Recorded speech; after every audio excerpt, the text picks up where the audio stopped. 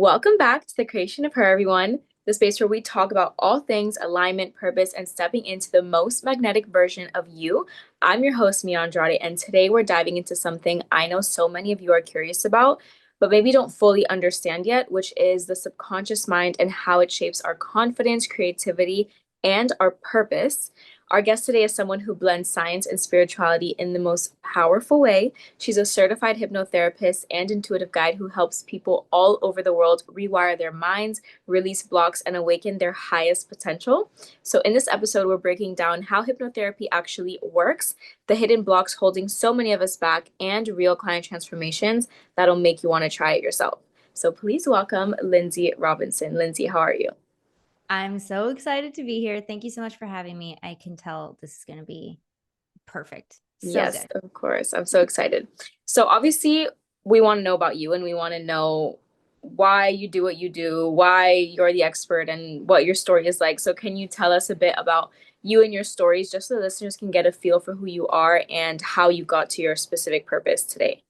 Yeah. I mean, the first thing I really want people to know about me is I'm super weird and I've embraced it. And I think we all should embrace it. But I always knew that I wanted to do something different. I knew that, I think a lot of people can relate to this feeling of knowing from a young age you're kind of not like your family, or you may have one or two people that you really vibe with, but for the most part, it's like, Mhm. who are these people? I love them. I love my family, but I can tell that Mhm. I just didn't think the same way. I didn't have Mhm. the same, I don't know, essence. So I don't know. I was always a weird kid. I was the black sheep, but not like in a bad way where they shunned me. I grew up in a very loving family, but it was just like, I knew I was destined to do something different, not just what they did. Mhm. And as a kid, I wanted to be like a ghost hunter. Like I wanted to be like traveling around going to haunted houses and with my EVP machine. And then it kind of translated into like, I wanted to study serial killers and be a forensic psychologist. I wanted to know what makes their brain different than my brain. And I just Mhm. had this thirst for knowledge. And really it broke down to like, what is beyond our physical body. I wanted to understand the metaphysical part of what being a human meant. And, right around that time, I was in college. I was 19. My sister gave me this book called Journey of Souls, which is a hypnotherapist who took clients back to their past lives and then the life between life. So like the part where your soul in essence really chooses the people you're going to be with, the body you're going to have, for the most part, the experiences you're going to have to learn the lessons that your soul came to learn. And that blew my mind. I didn't even know what a hypnotherapist was. What the heck is this?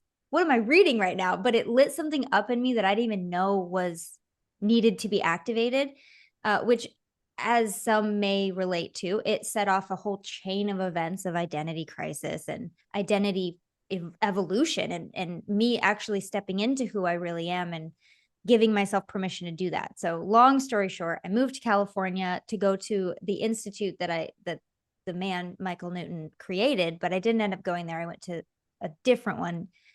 There were a lot of detours, a lot of ups and downs. I ended up not doing it until 2012 when I had my first son. So when I first learned about this, I was 19 years old. And when I actually did it, I was 27. So Oh, wow. it took a minute for me to like Yeah. come back to it. Because once you get to LA, it's expensive. You can't just do what you want. You have to actually have a job too. So Mhm. I kind of got sidetracked. And when I had my son, I really just wanted to be with him. Like, what do you mean I have to go back to work? What do you mean I have to drop this new human soul on a daycare and go to a retail position? What are you talking about?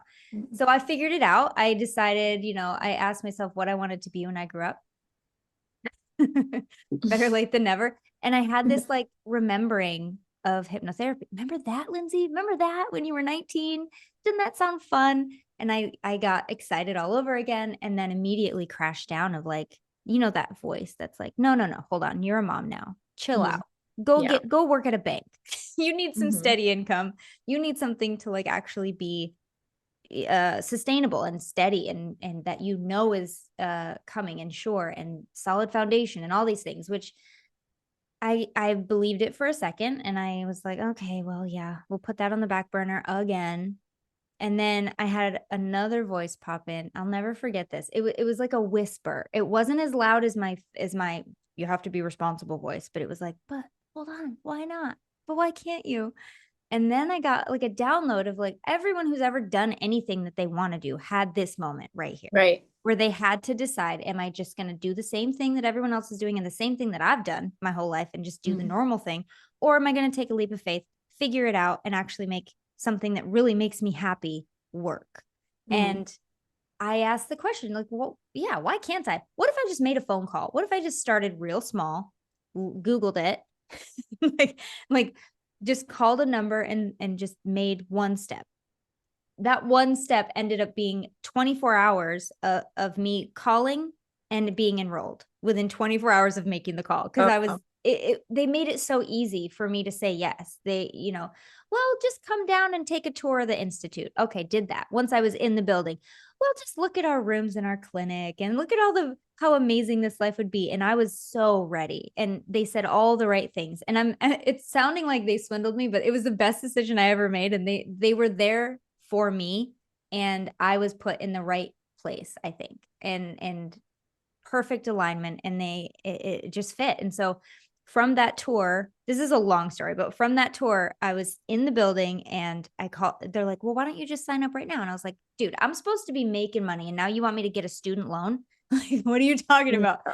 So I called my husband and I said, so here's the situation. I really love this. And I think that it's something that I could do. And I know that I'm supposed to be getting a job and like actually contributing because, we were in LA and you still have to have some money. And I go, but I really want to do it. He goes, do you really want to? I said, yeah, I kind of do. And he goes, then you have to. We'll figure it out. And I said, what? Mm. What do you mean? It's not like I was looking for him to give me a way out, but I was kind of looking for him to give me a way out. He was my last resort to be like, no, this isn't right. Yeah. But he was so supportive. He's like, you have to do it then. So I did it and I haven't regretted it since. Sometimes I just can't believe that it's real. Like you can actually do something that you love to do. And it's becoming so much more normal, which is fantastic. I think people need to see more examples of people doing what they love and knowing that you can make money doing anything. Have Mm. you seen TikTok? First of all, people are writing people's names in lives and getting paid to do it, just in Yep. beautiful lettering. And that's it. And that's one of the more normal ones. And I tell my kids now, I'm like, I don't care what you do. You have to like it and you have to leave this world better than you found it. That's Mm. the only criteria. If you want to be a DJ, go be a DJ. Go make people happy. You can make money doing anything you want to do. And I think that's the biggest lie we were sold, which is like a hobby. You're going to get paid for a hobby. Hell yeah, I'm going to get paid for a hobby. And I'm going Mhm. to love my life. So sorry that you can't. I Anyway, love that's a that. long way to say do what you want to do. No one knows what they're doing. So you might as well just have fun. Yeah, right. So, well, that's an amazing story. And I think it's a lot more realistic because I don't know, there's so many ups and downs, and a lot of people can just Yeah. relate to that. And at the end, you can still be happy and still find your way, and everything's going to be Yeah. okay. I mean, it sounds great. It sounds great when I tell it this way because the ending is happy. But Mm. don't get me wrong. When I decided to move to California by myself, there were nights where I cried myself to sleep, wanting to take it back, Yeah. missing my family, missing the life that I had, even though I knew I was in the right place at the right time. It is a hard thing to choose yourself and choose your happiness every day when it's so scary and you don't know what's going to Hmm. happen. Right. So, Yeah. I love that I'm the type of person that will always land on her 2 feet. I've Mm. done it my whole life. I will always continue to do it. And I think for the most part, people are just designed to land where they're supposed to land. But that doesn't mean you're not going to have nights where you cry yourself to sleep. It doesn't mean you're not going to question every decision you've ever made up to that point. But you have to keep doing it if you know that feeling. And that feeling was what I was following, the feeling of like, I've never felt so heard. I've never felt so understood. I've never felt so valid in what I want to do and how I want to feel when I do it. And if you can find that, any version of that, that's your compass. And I think that's what we mean when we say like follow that inner compass. It's the Yeah. feeling of like maybe I could just be happy Hmm. and fulfilled. Yeah. So you talk about, as a hypnotherapist, yourself about combining kind of like the science-based methods with the spiritual practices. So for anyone who still doesn't really understand what it is that you do, what hypnotherapy is, can you break down how your version of hypnotherapy actually works for someone who's totally new to it? Yeah. So the spiritual and science part of it, when we think of hypnotherapy, or hypnosis, I think we still kind of just think of woo and like Mm-hmm. kind of like the magician on stage who's like Yeah. hypnotizing people. So there's that level of mysticism and, smoke and mirrors kind of thing, which is kind of what I thought. When I first signed up for hypnotherapy, I was like, teach me to be Harry Potter. I want the whole thing. I want to learn this magic trick, but not in a stage way, just in like, I want to learn this really cool skill that not a lot of people can do. Right. But very quickly, I learned that everyone goes into hypnosis every single day. This is not magic. This is not mysticism. It's not smoke and mirrors. It's a natural ability that everybody has. So that's where the science part comes in. And don't get me wrong, my favorite hypnosis or hypnotherapy to do is spiritual hypnotherapy. I want you to feel your spirit. I want you to know your spirit guides. I want you to feel empowered in your own body and mind and soul so that you can take on anything in this world. And that to me is a very spiritual experience. So it is a very spiritual thing. And at the same time, it's utilizing a skill, a superpower, really, that you already have, that you do every day, that you already are very good at doing. I just help you kind of trigger it when you want to in order to achieve a goal, to rewire your mind, to get rid of limiting beliefs, to call in a relationship, to call in more money, to call in those desires that you felt once were impossible are now kind of magnetically attracted to you because your mind is aligned with what you want. Mm-hmm. So I kind of at this point go into how hypnosis works and why we do this. Mm-hmm. So if anyone listening, they'll be mostly listening, right? Not watching. Both. There could be both, but Both. yeah, Okay. a lot So of either listeners. way, Yeah. if you are only listening, just imagine your mind is a circle. Actually, anybody, imagine your mind is a circle. Okay. When you're born, babies are only born with the fear of loud noises and the fear of falling. So everything else is a learned fear, which is kind of cool because anything learned can be unlearned. Yeah. I have never had anybody ask me to unlearn the fear of loud noises and the fear of falling, but I would wager Mm-hmm. that you probably can't unlearn those because they are built so deeply into us. Mm-hmm. Uh, and of course, you're also born with the fight or flight response, which is triggered with falling or loud noises. So from zero on, really, you are just a sponge soaking up everything. Your mind is completely open. You are absorbing the information as it comes to you. You have no discernment. You can't decide something that you have no idea about. So that's why they say kids are sponges. We're just taking in information constantly.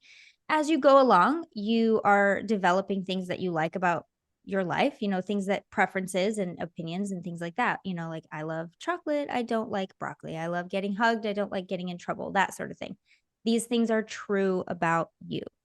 Once you hit about 7 to 9, varies depending on the child, but usually around 7 to 9, you get what's called a critical filter or a critical mind, which acts as a separator, a go between the now newly formed conscious mind and the subconscious mind. The subconscious holds everything you don't have to think about. Those truths that we just talked about, you don't have to think about if you like chocolate. You just know that you like chocolate. You don't have to think about how to ride a bike. You just know. Most people know how to ride a bike. You don't have to think about writing or speaking or any of these things. You choose the words you say, and so that is conscious. But the ability to speak is subconscious. Everything that you don't have to think about lives in your subconscious. Now, in the conscious, we now have the decision-making skills, the rationalization, the analytical skills, the willpower, the logic. That's all in the conscious. That makes up about 5 to 7% of your mind power, which is a tiny percent if you think about the other 97 or 95% is all automatic. It's all just stuff you don't have to think about. So when you have a goal or a thought or idea, like, I don't know, is it weird if I say relationships? We'll say, I want to call in a healthy relationship. It would be really cool to have a good relationship. Finally, I've had stinkers this whole time, and I would love to have an aligned partner who loves me, who I love, and who has my back, supports me, anything that you want in this relationship. So this newly formed goal forms in the conscious mind, and then it then checks in with the critical filter, which is again the go between the automatic reality that and this new thought that's come in. I like to think of it, I think we talked about this. I like to think of it as the bouncer outside the Yeah. club. And you have to like, it checks the list, see if your name's on the list. Your goal, if your goal is not on the list of things that are inside the club, inside the subconscious, then it's just going to kick it right back out because it's not compatible. You may even have things that contradict that. So, well, we've always had the same relationship. So why do anything new? If you have a healthy relationship, we don't know what that looks like. So it might be scary. Anything unknown to your subconscious is equally as dangerous as a known threat. So it will be scary to introduce something new if it's not in there already, or if you haven't experienced it before. So it kicks it right back out. That's why we feel like starting a new goal is very exciting and very cool. And then we get to a point where we're like, defeated, discouraged. We start hearing those repeating voices that may not be ours, but those limiting beliefs that are like, but you can't do this. Why do this? I just gave a great example of one when I wanted to be a hypnotherapist. Like, you should do something responsible, right? That is what happens when the thing that you want to do is not compatible with what's already in there. So what I do with hypnotherapy is I create, or I help you get into that relaxed, dreamy, floaty feeling, like right before you fall asleep. The thing that you go into all day, every day, multiple times. And we just trigger that state of dreamy, floaty. I create a go between, like a pathway through the critical filter. So it's like tipping the bouncer $100, 200. I don't know what inflation would call that, but a lot of money. We get in, we start creating new knowns, new shiny new beliefs that reflect where you're going and who you truly are and what you actually want. We're basically teaching your subconscious that it is not only safe to have these things, but inevitable, the natural next step. And so that's why hypnotherapy is so sneaky, because you don't actually realize it's working because it's in the subconscious until you come up against the same obstacle, the same fork in the road that you usually do. And instead of limiting yourself, you expand yourself. Instead of choosing A, you choose B. Instead of going the same trodden path, you form a new path and you notice, oh, I'm doing things different. Oh my gosh, I feel so much better. Oh my gosh, my goals are here and they were impossible last week or 2 weeks ago. And so you start to notice it when it becomes apparent, but you're never gonna, I don't think, I've never had a client actually know that a change is occurring until they see the change, but it is always occurring under the surface. So that's why I say it's a little sneaky, because it gets you in the best way. And it's like, oh, my life's totally different now. Yeah. must be something I did, Yeah. So that's kind of how hypnosis works when it comes to goal achievement.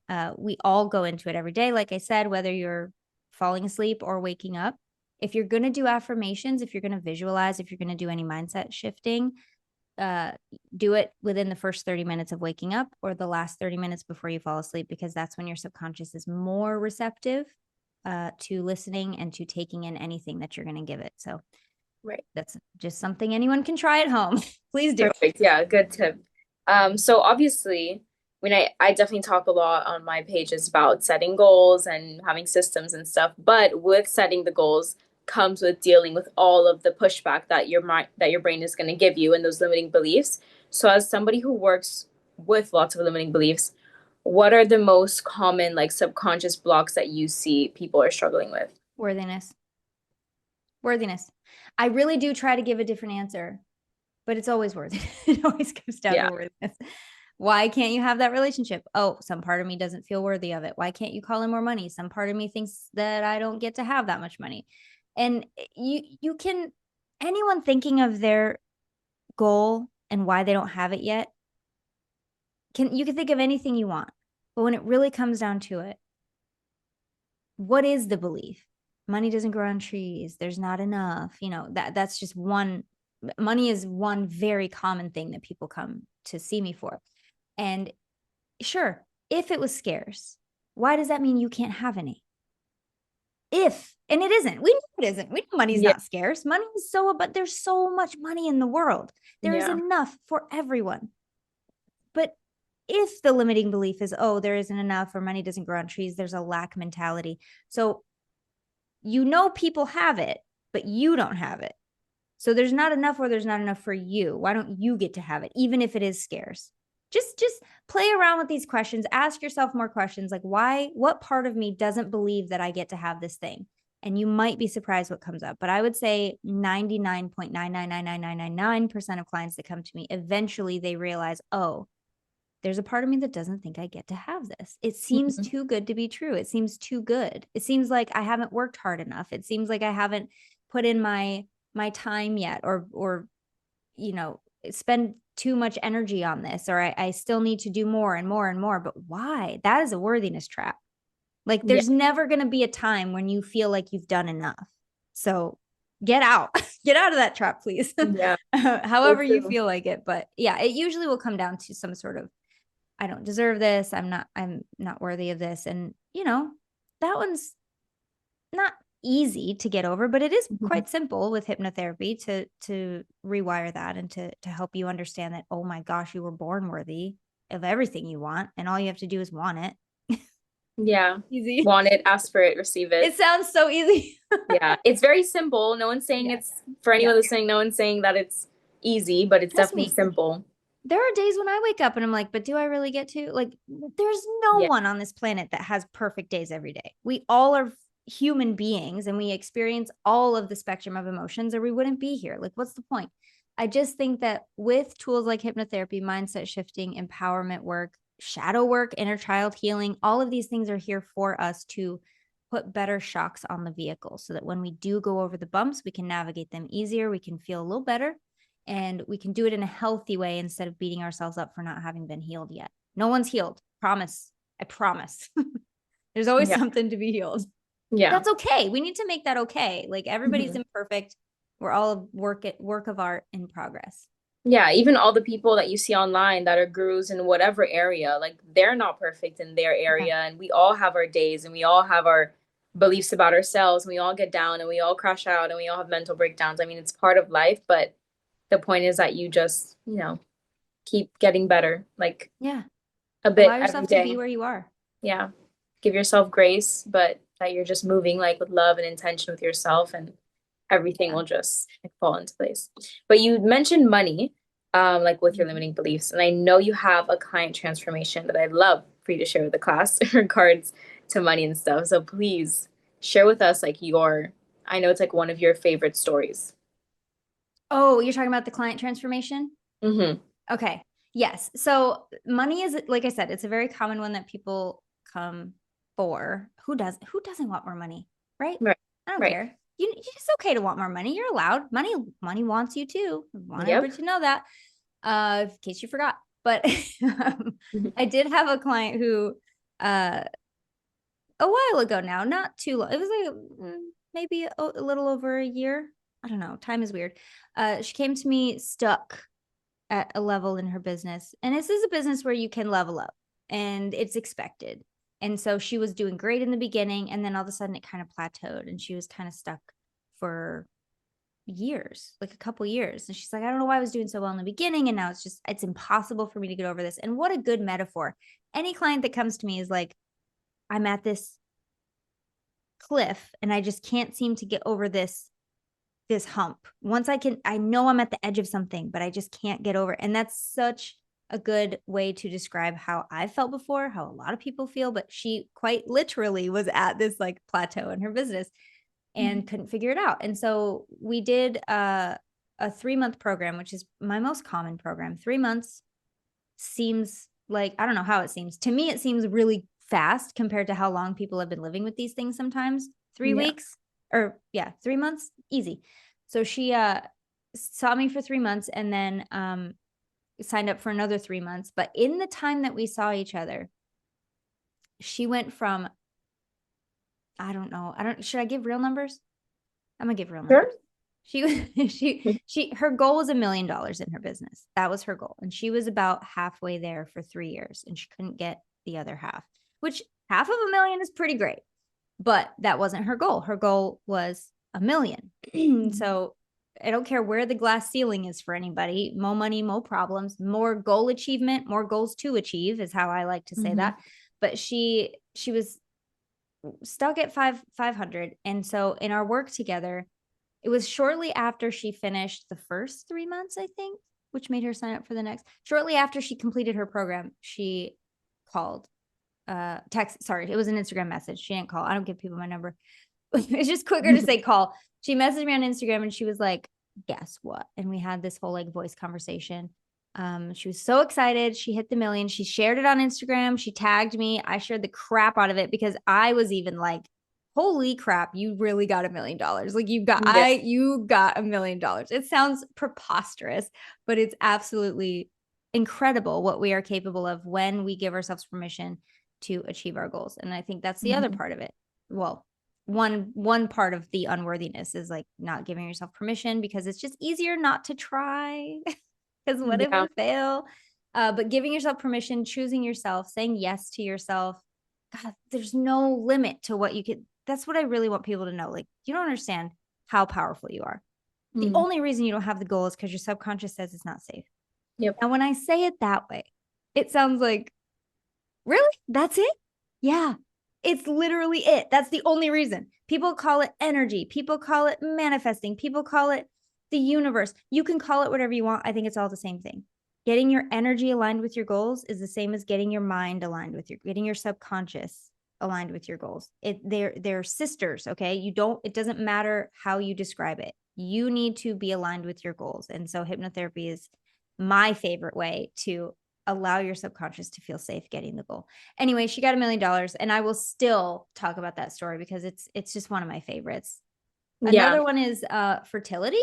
Some It's not intentional, but a lot of my clients get pregnant. And I'm not saying you're definitely going to get pregnant if you work with me, but it just seems to It happen. just seems to happen. It Yeah. just seems to happen. It's That one of those was, things like stop stressing out and give yourself permission, and you never know yeah. what can happen. Yeah, that what you said, one thing that was really powerful. I literally had to whip my phone out and write it down and screenshot it like twice. What? You said the only reason you don't have that goal is because your subconscious says it's not safe.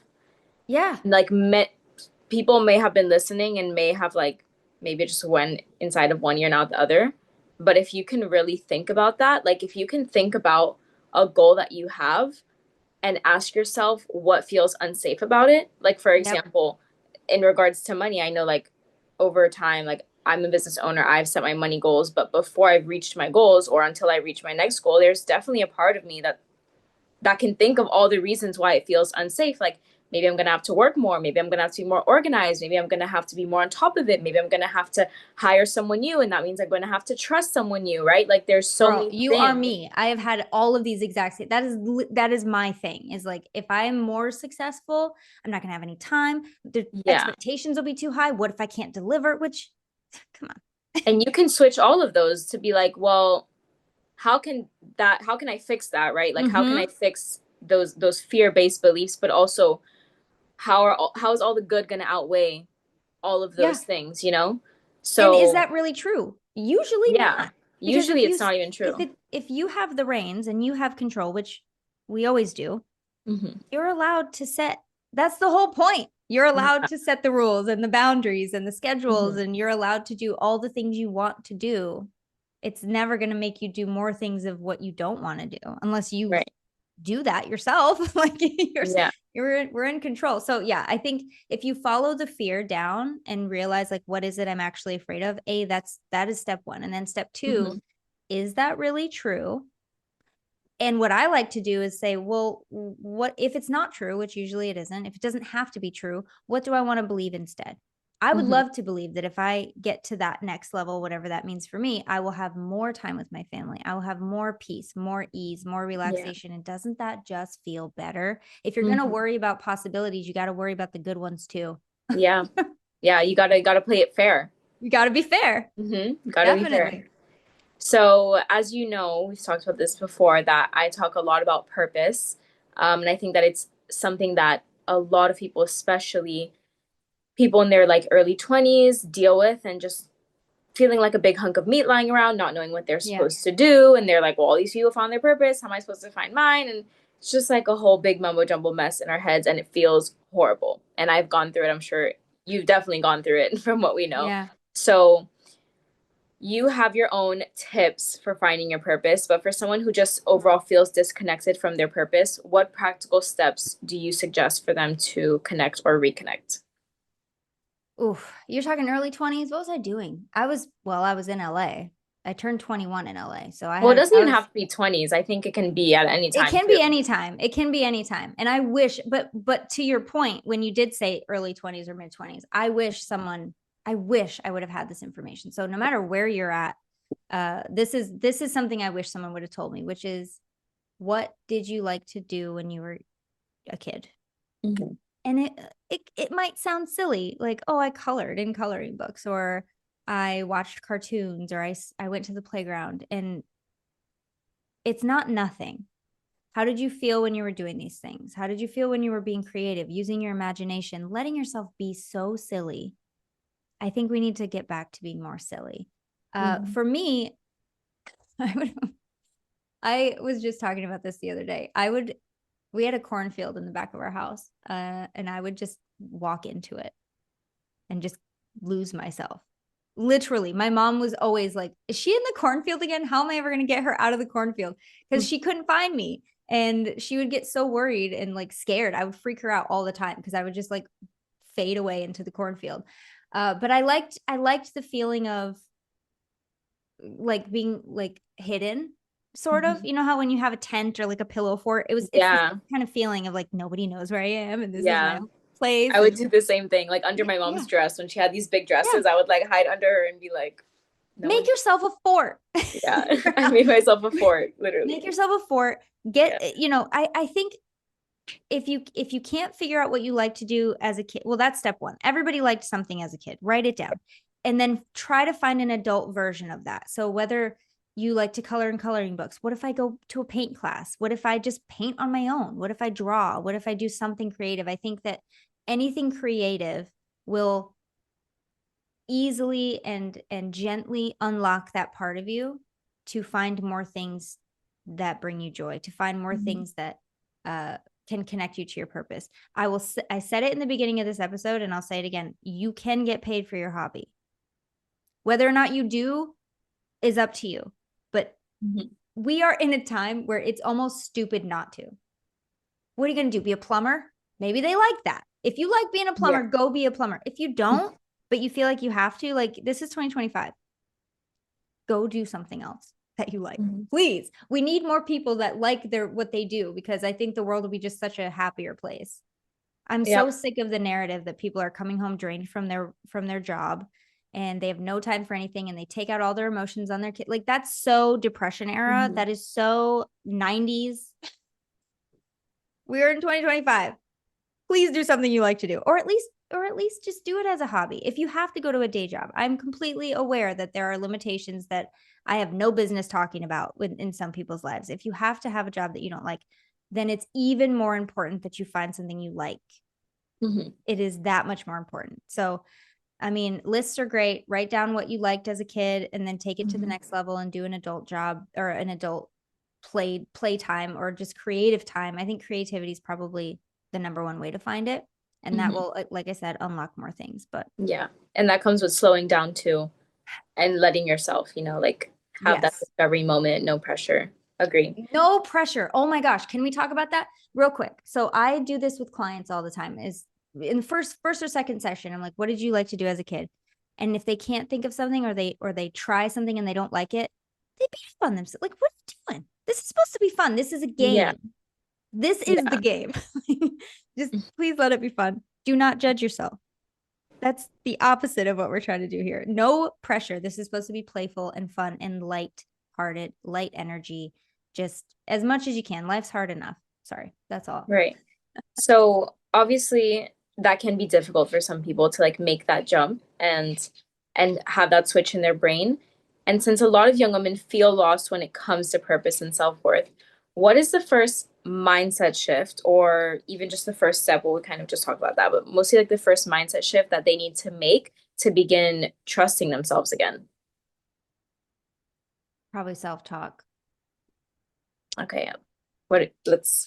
Let's dig into it. Let's dig So into that.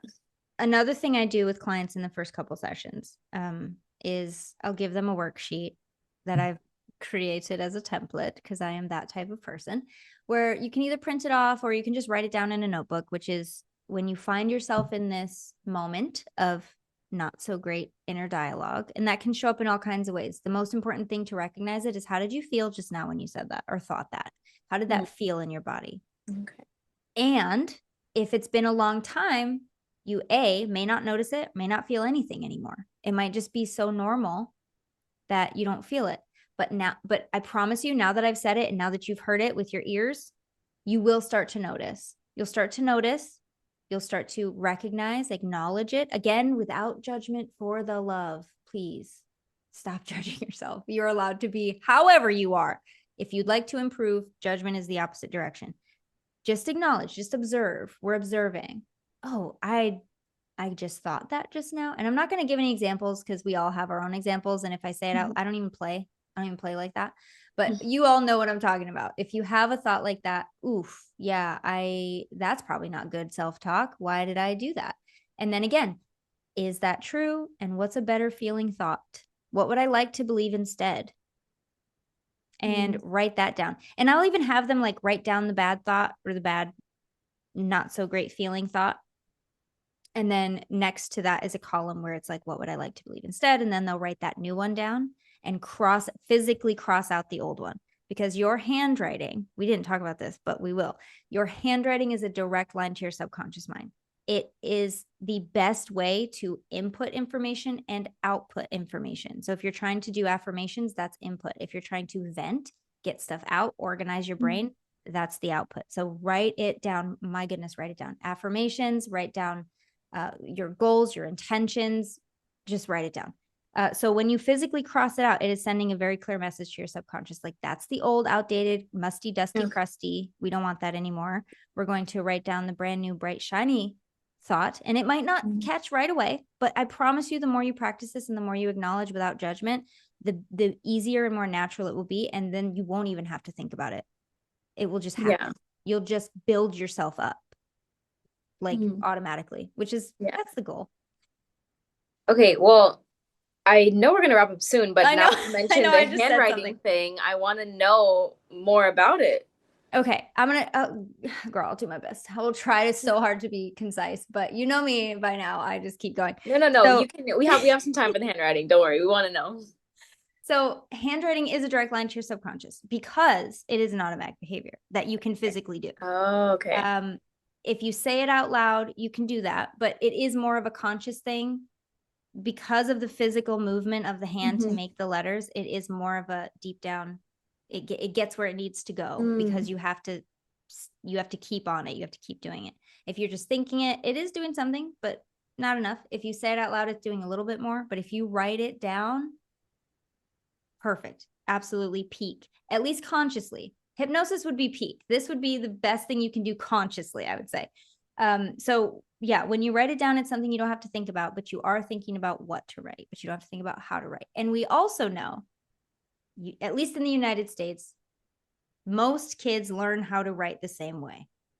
You learn how to make the letters, the uppercase, the lowercase. You learn how to spell, you learn how, keep it within the spaces and finger space and all that stuff. And somehow it morphs into our fingerprint. It morphs into our signature. It morphs into our personality. It's not, no two handwriting samples I've ever seen have been the same. So I do handwriting analysis also, by the way, because of that same reason, because your personality comes out so hard on the paper. I'm able to see if you're more literal or inferential. I'm able to see how suggestible you are to hypnosis, like how easy it will be to work with you and to get you that success in the sessions. I can see if you're deceptive. I can see if you're more forward thinking, if you're more pessimistic or optimistic. It's insane. It's awesome. We could do a whole episode on Wow, handwriting. all from handwriting. Wow, it's that's fantastic. insane. And I thought this was a lot of nonsense. I'll tell you that much. When they were like, yeah, we're going to do handwriting analysis, I was like, what? What are you talking about? But then I learned, psychologists use it. It's called graphology. There are prisons that use this, that know how to, the FBI use, like, there's something to this. And every time I analyze a client's handwriting, they get saucer eyes and they're like, how did you know that? So I know that this is a thing. Yeah. But okay, so because your personality, because your programming essentially comes out in the handwriting, you then can communicate with your subconscious through the handwriting. So it's very, very cool. Bottom line, you don't have to know what your handwriting means. You just have to know that it is a very powerful tool at your disposal. And if you're not writing down your goals or journaling, I hope that you start doing that more, because it's just such a powerful tool that, a lot of people don't know how powerful it is. And it is very. Right. So I mean, I love in my videos and in my episodes to like leave people with an actionable step they can Mm. do today, tomorrow. I think handwriting is a really cool one. So you mentioned writing your affirmations, right? Writing your goals, and then journaling. Do you have any like of your favorite ways to journal, journaling prompts? Like, My favorite ways to journal is gratitude, 100%. I, oh, I yeah. will some days wake up and be like, I got to get this out of my brain. But Mhm. most of the, if I have nothing to write about, I'll just write about what I'm happy about. My favorite gratitude journal prompt ever Please is, share. what is something you have now that you used to only dream about? First of all, how Ooh, we all have that. And how cool is that? yeah, I love that one because it really gets you thinking like how amazing, like you did that.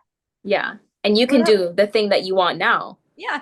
Yeah. And what else are you capable of now? Because look what Yeah. you did. You can do Yep. it. Want Yep. to do it more? I love Very that. cool. Okay. Wow. You left us with so many gems, definitely a lot of insights. I hope people learn something new, that they're open to trying something new, and if not, just have little things they can implement now Yeah. in their growth journey. So for those listening, basically, if someone listening could only take away one message from you today, what would you want that to be? Oh, I have two.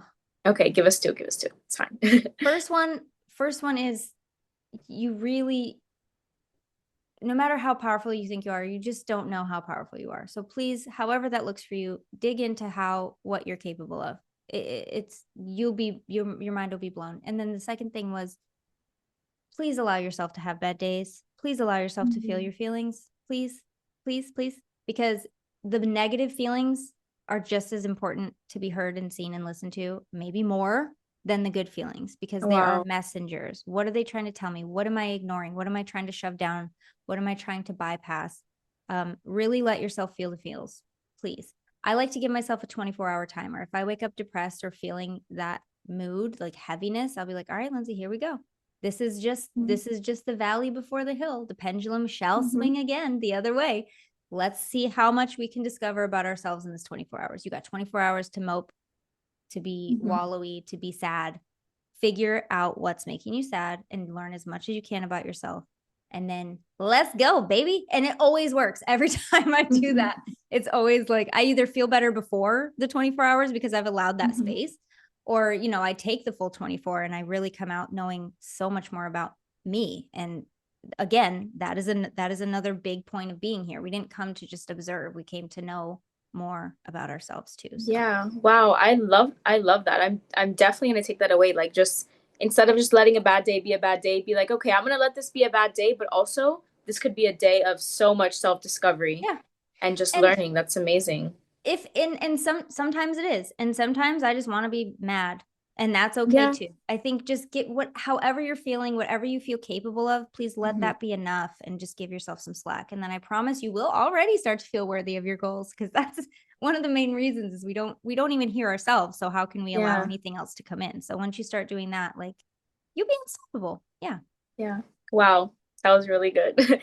Thank you. Where can we find you? We want to work with you. We want to hear more from you, see more from you. Where can we find you? You can find me lynnsey.robinson.com. I have Instagram and TikTok, same name.